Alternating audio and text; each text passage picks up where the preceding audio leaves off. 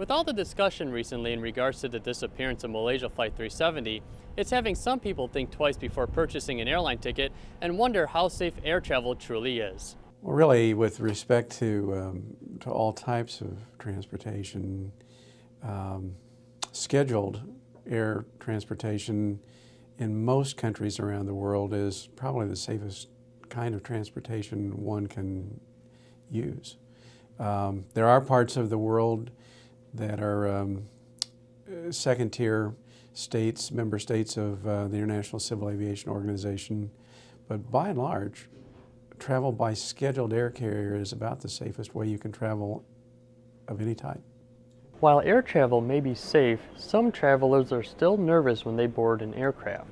I'd say one of the biggest things that happens with people that have fear of flying, many of them have just some general fears that apply to other things.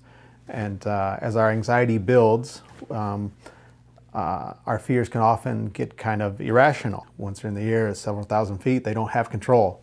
And they're not piloting the plane.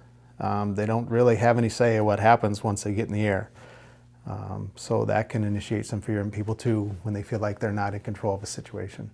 With many students and faculty who travel frequently, especially those from out of state, it appears that the recent news hasn't caused much of an impact.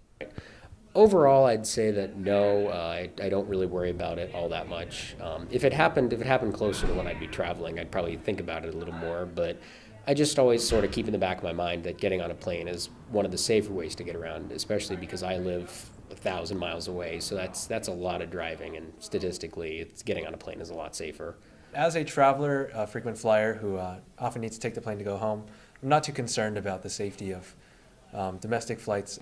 You're going to have failure, I don't care where you are, whether you get in an automobile, walk across the street, get on a bicycle.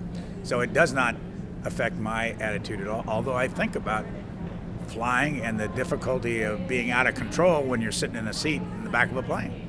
If it's something that's preventable, either there's something wrong with that model of aircraft, there's something wrong with that operation, there's some new weather phenomenon that we didn't realize the intensity of, whatever it is, if it's something that we can discern why, then we can try to make sure that doesn't happen again. And aviation has been made immeasurably safer over the decades because of that, because we have to know why. Anxiety is part of being human, and we're all going to have fears and uncertainties, and we're going to feel anxious at times. But when we do, no matter the situation, if we can work on reining ourselves in to make it more about what's going on in the present, I think we can find that we will calm down much easier. Travel by air is the safest mode of transportation, so although an incident will occasionally occur, there is no reason for an airport to go from this into this. Reporting for Fast Track, I'm Gino Recchia.